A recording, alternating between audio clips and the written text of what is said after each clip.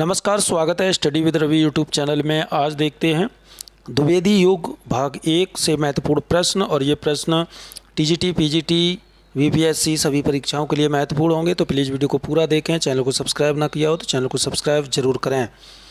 तो चलिए शुरू करते हैं। पहला प्रश्न है, इम्पोर्टेंट प्रश्न है कि द्विवेदी युग नामकरण किसके नाम के आधार पर किया गया है। द्विवेदी युग का जो नामकरण है वो किसके आधार पर किया गया है। तो इसका सही उत्तर हो जाएगा ऑप्शन नंबर ख, महावीर प्रसाद द्विवेदी के। प्रश्न नंबर 2, सामान्यतः द्विवेदी युग का समय माना जाता है। तो द्विवेदी युग का जो समय माना जाता है वो माना जाता है 1900 से 1918 ईस्वी तक। प्रश्न नंबर 3, द्विवेदी युग को जागरण सुधार काल किसने कहा। तो द्विवेदी युग को जागरण सुधार काल कहा है option number D, doctor Nagendra ने। प्रश्न नंबर 4, इनमें से कौन द्विवेदी युग का कवि नहीं है। अयोध्या सिंह उपाध्याय अयोध्या सिंह उपाध्याय, सोहनलाल द्विवेदी, राम नरेश त्रिपाठी या फिर मैथिली शरण गुप्त। तो इनमें से जो द्विवेदी युग का नहीं है वो है सोहनलाल द्विवेदी। प्रश्न नंबर 5, इतिवृत्तात्मकता किस काव्य युग की प्रमुख विशेषता है। तो ये द्विवेदी युग की है। प्रश्न नंबर 6, भक्ति काल में गृहस्थ जीवन का जैसा सुंदर चित्रण सूरदास में मिलता है, वैसे ही आधुनिक काल में किस कवि में यह मिलता है। हरिऔध में, मैथिली शरण गुप्त में, निराला में या रत्नाकर में। तो ये मिलता है मैथिली शरण गुप्त में। प्रश्न नंबर 7, द्विवेदी युग के संपूर्णतः प्रतिनिधि कवि हैं। श्रीधर पाठक, हरिऔध, मैथिली शरण गुप्त, इनमें से कोई नहीं। तो द्विवेदी युग के संपूर्णतः प्रतिनिधि कवि हैं ऑप्शन नंबर का मैथिली शरण गुप्त।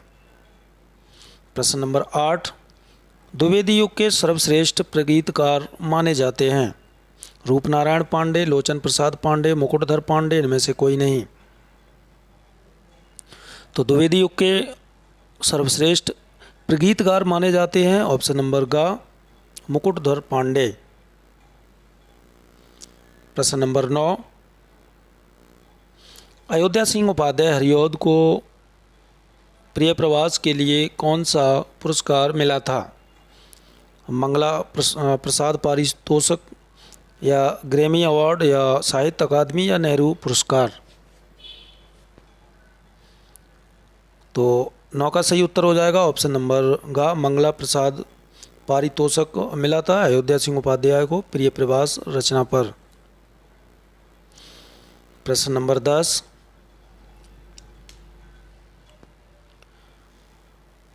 द्विवेदी युगीन का कौन सा ग्रंथ ब्रजभाषा की श्रेष्ठ काव्य परंपरा के स्मारक के रूप में स्मरणीय है। प्रिय प्रवास, उद्धव शतक, गंगा अवतरण, बिहारी रत्नाकर।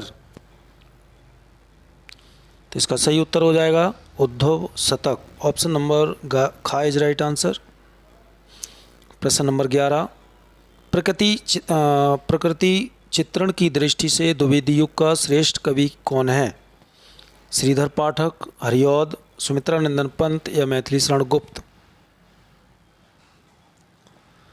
तो प्रकृति चित्रण की दृष्टि से द्विवेदी युग के जो श्रेष्ठ कवि हैं वो हैं ऑप्शन नंबर का श्रीधर पाठक।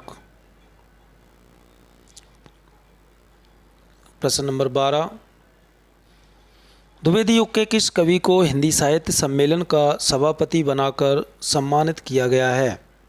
मैथिली शरण गुप्त को, रसाल को या सुमित्रा नंदन पंत को या अयोध्या सिंह उपाध्याय हरिऔध को।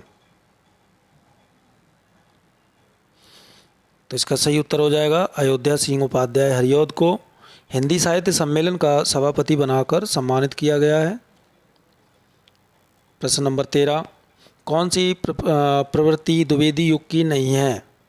राष्ट्रीय भावना, नीति और आदर्श, इतिवृत्तात्मकता, मार्क्सवादी चिंतन।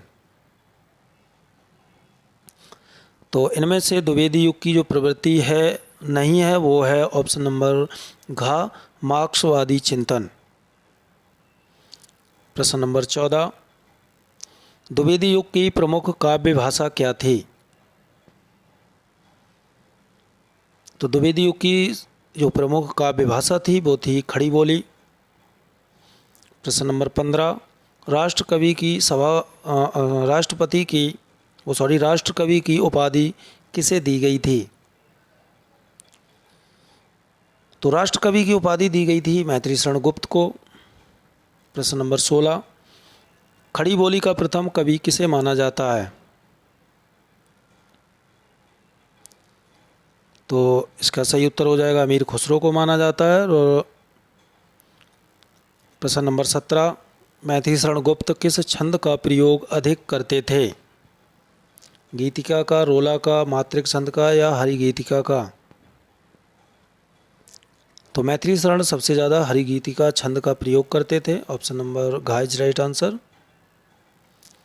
प्रश्न नंबर 18, मैथिली शरण गुप्त के गुरु कौन थे?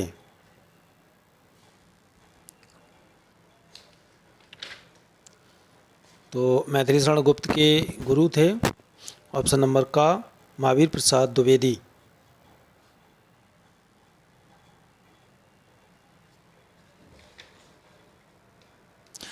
प्रश्न नंबर 19, चिरगांव किस कवि का जन्म स्थान है?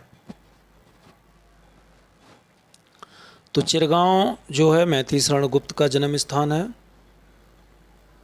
प्रश्न नंबर 20, मैथिली शरण गुप्त द्वारा रचित जयद्रथ वध क्या है?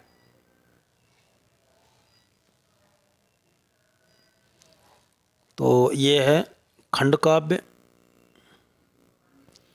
प्रश्न नंबर 21, माइकल मधुसूदन दत्त की कृतियों का अनुवाद मधुप उपनाम से किस कवि ने किया?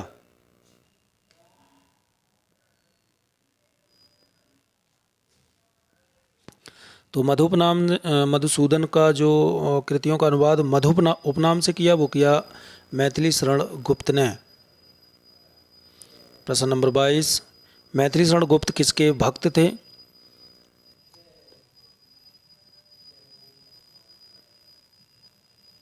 तो मैथिली शरण गुप्त जो थे वो राम भक्त थे। ऑप्शन नंबर का इज राइट आंसर। प्रश्न नंबर 23, मैथिली शरण गुप्त की इन रचनाओं को कालक्रम के अनुसार लगाइए। तो इसमें बताना है सबसे पहले कौन सी रचना आएगी और बाद में कौन सी आएगी। तो इसका सही उत्तर हो जाएगा पहले आएगी हेमंत, फिर रंग में भंग, फिर भारत भारती, फिर साकेत। ऑप्शन नंबर ग इज राइट आंसर। प्रश्न नंबर 24, सूची 1 को सूची 2 से मिलान कीजिए। तो ये बताना है किसकी रचनाएं हैं।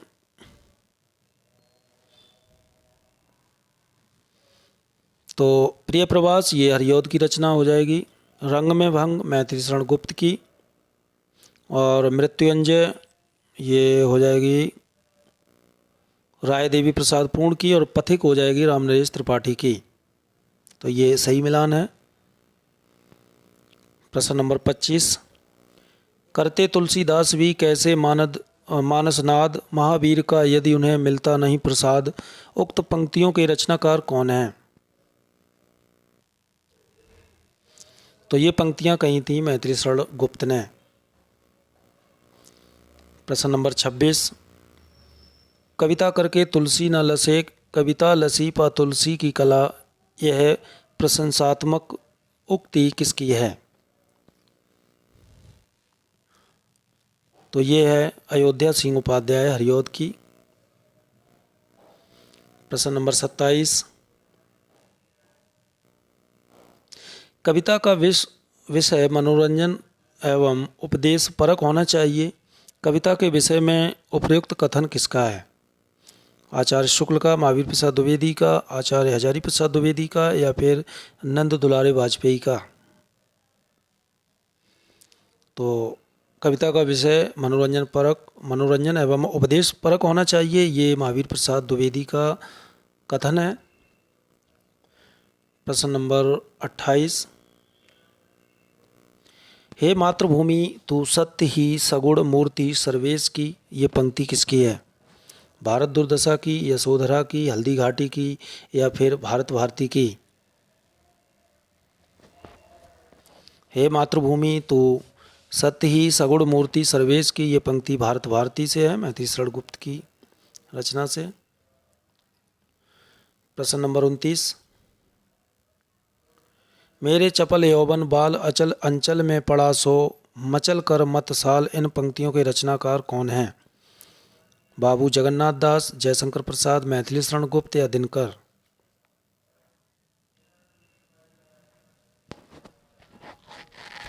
तो ये पंक्तियां हैं ऑप्शन नंबर ग मैथिली शरण गुप्त की। प्रश्न नंबर 30, लिखो न करो लेखनी बंद श्रीधर सम सब कवि स्वच्छंद, इस पंक्ति के रचयिता हैं?